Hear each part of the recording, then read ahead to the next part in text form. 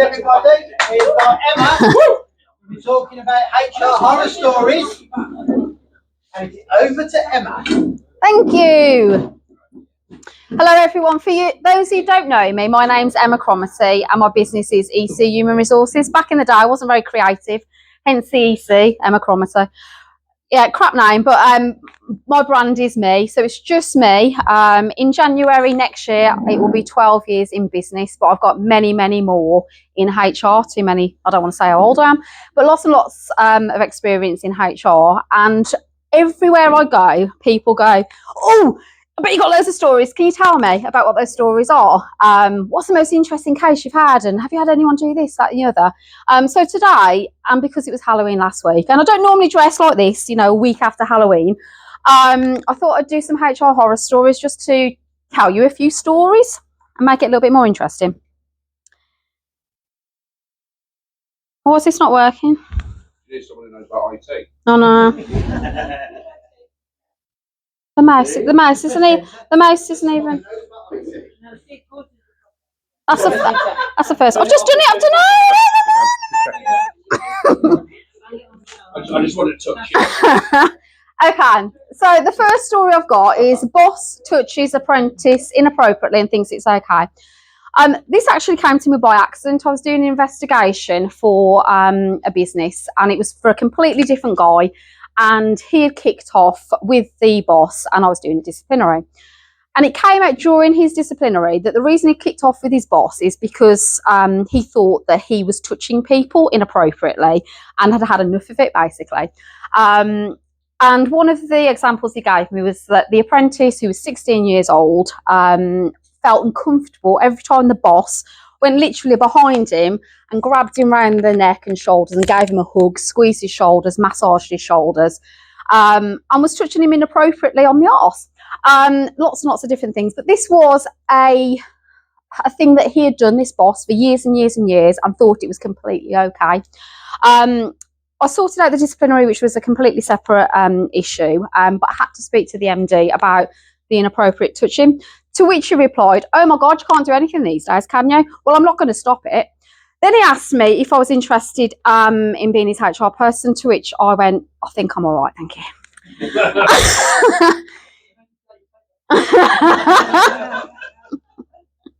Lying down. For those of you who went to school in the 90s, you probably will have heard the word mong and used it yourself. However, this employee called another employee a mong because he had mental health issues. The guy in particular was being supported quite well by the employer because he had a history of mental health, probably 20-25 years, and he was dealing with it, and the workforce were helping him with counselling and things like that. The guy was a little bit strange, and he didn't like people, didn't like speaking to people, but didn't want everyone to know that he had mental health issues. So one employee who thought he was just being rude and didn't want to speak to him called him a mong. Obviously inappropriate. The next one, employee uses a racial slur and thinks it's okay. Again, this was another one that came out of the woodwork via another investigation. So this was in a professional services environment in an office. The employee who used the racial slur, in fact, was of Indian descent. She used the P word, but actually her belief was the P word was absolutely fine to say because she didn't think it was offensive, and she was going to continue using that P word. This went on the investigation because then she accused someone else of using the C word. And she thought the C word was more inappropriate than the P word. I personally don't like the C word or the P word, but obviously people have got different opinions. So again, we have to do an investigation with regards to what was appropriate in the workplace and what was not appropriate in the workplace, and we issued warnings out appropriately. Following that, my recommendation to the business was perhaps we need some training on what people can say and what they can't say and what's acceptable, and some training on discrimination. So we did that. Mm-hmm. You find it's quite a regular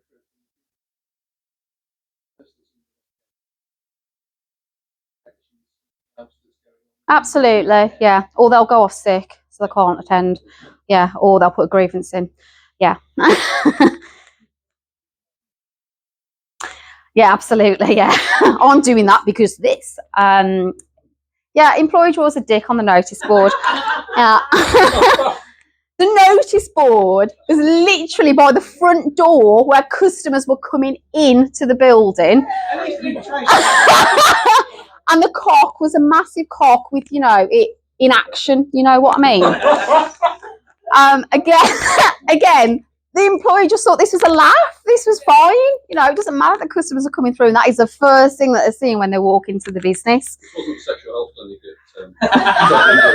at Again, yeah, someone is going to do that now, aren't they? Yeah. Put it on your banner.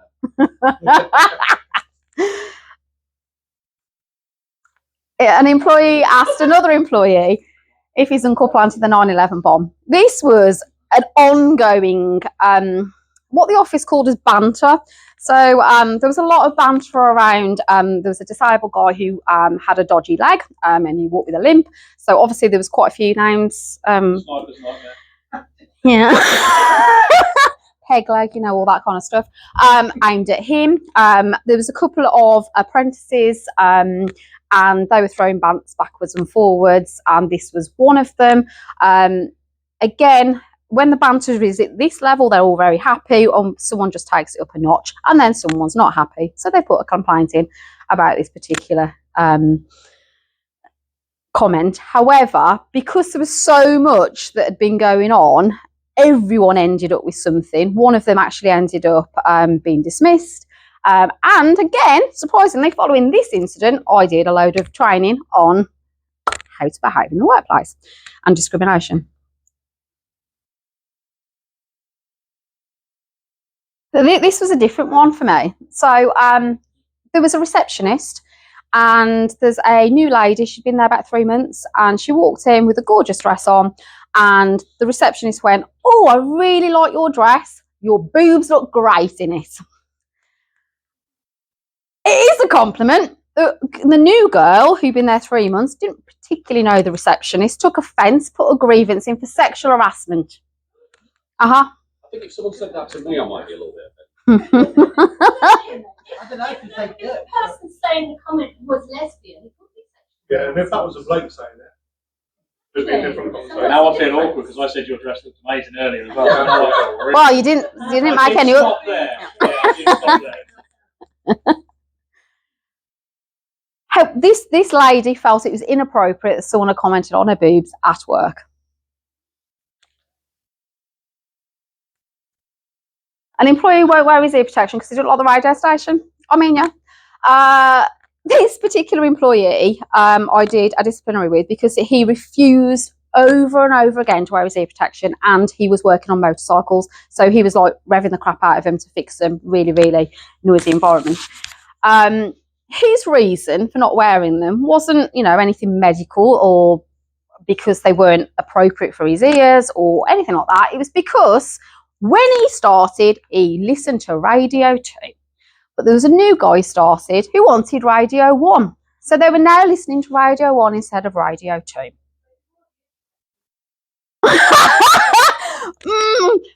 None of this makes sense. But he was damn adamant. He was pissed off about that radio station. And until the boss did something about it, he was not going to wear those ear protection.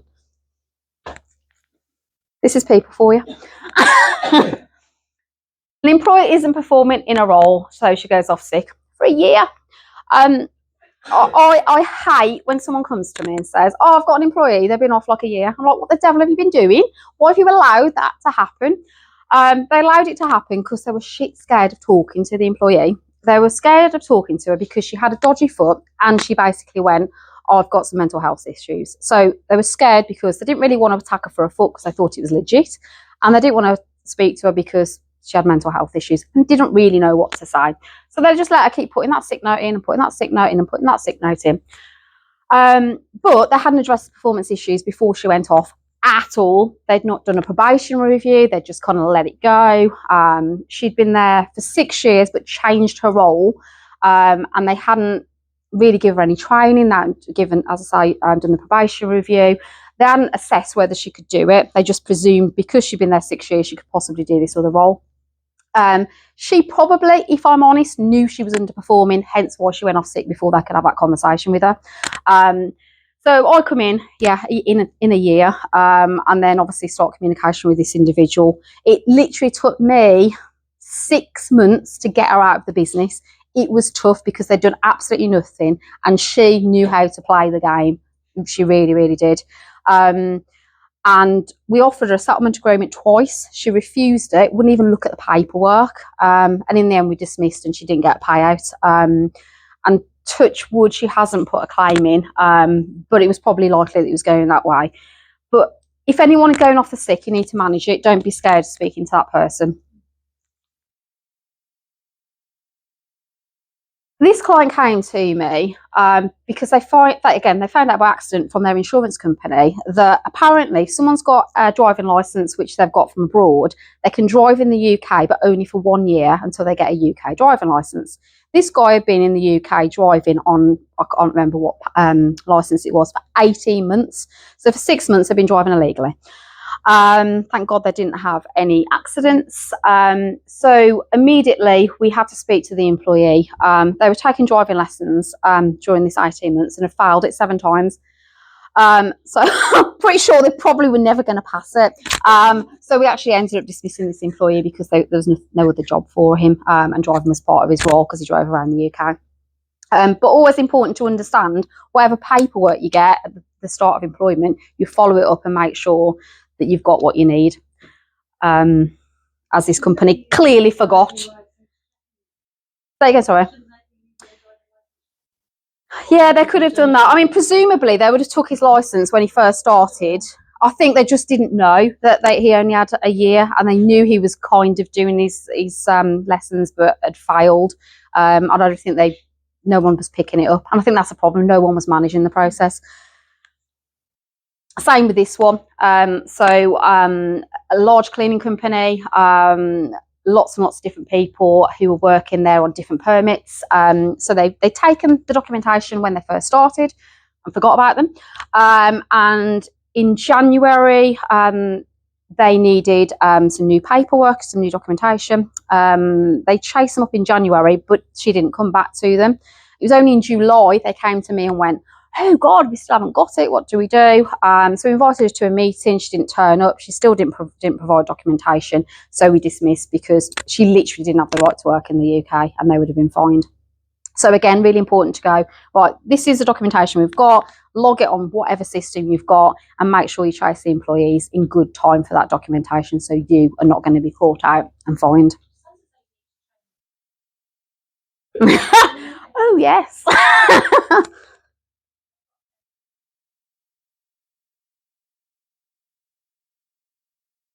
I get a lot of, well, of course they're from the UK, so I don't need to take anything from them. I'm like, no, just take it as standard from, when they start. Get a passport, get a birth certificate, get what you need, and at least you've ticked that box. An employee was sleeping in the company van. So it turned out that this guy was homeless, and he couldn't afford to stay in the hotel. So he parked his van outside the hotel. It was a company van. And he'd been drinking. He wasn't driving, but he was obviously in charge of the vehicle, and he'd been drinking. Unfortunately, the police knocked the van and found him, and they disqualified him for 6 months. As part of his role, he had to drive around in his van to go on different sites. Obviously couldn't do that. The company were very good, and they supported him. They paid for his hotel, so he could sort himself out from a home point of view. However, they really struggled to get him to work. So we've done quite a lot of work with him, trying to get him a house. He hadn't even got a bank account. The company had to just pay his expenses. So they paid for the hotel and then just deducted it out of his salary. But they essentially were just keeping all of his salary in a bank and just giving him a few bits of money. All seriously messy. Again, what I would say here is you need to have a system where if you've got employees that are driving, you take a copy of their driving licence, and every 6 months you ask for a copy again, or you use the service from the DVLA, because they might have points on the licence, they might be disqualified, and they're not telling you.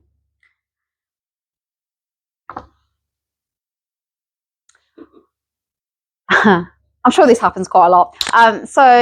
In this instance, there was a lady who had worked there for 10 years and a lady who'd worked there for 3 months. And they were both in the sales department. They clearly had different ideas about a sales system that one had introduced. They were arguing constantly. They had a bit of a thing in the car park. One of them then came back and reported the thing in the car park as a grievance. The other one didn't like that, so put in a counter grievance. And then we had another count. I had reams and reams of paper of grievances. Some of it was, she went to the kitchen and made herself a cup of coffee and didn't make me one. This is what it was like, honestly. In the end, my advice to this business was, these two employees are never going to get on. The business wasn't big enough to go, right, well, you go off onto that department and never speak to each other again. It was a small office. They had to get on. So I said, you've got to make a choice, really. Can you do without this new employee that you've had for 3 months? Because it's clearly, they're not going to get on. Which one would you prefer to keep? Obviously, the lady who'd been there 10 years. So we made a decision that this one is not going to fit into the office, not going to fit in with the team. So we had a conversation and we parted ways, because that was the only way forward. And it sometimes is.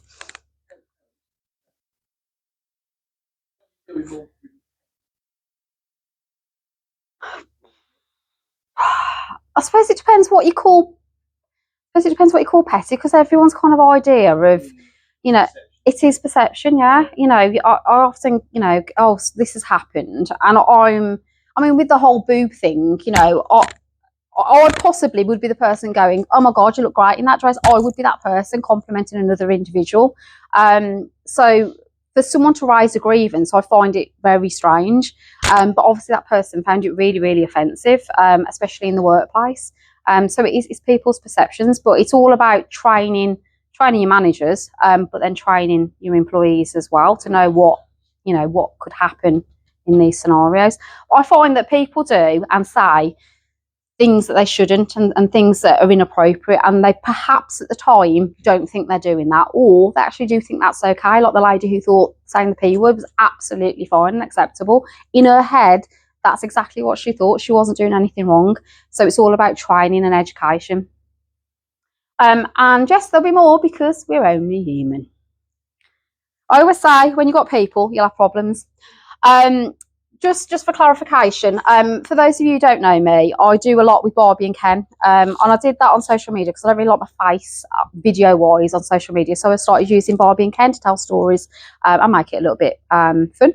So this is my Halloween Barbie. That's why she's come along today. Anyone got any more questions? Why does it feel like this is just your work history? I mean, this is just from last week.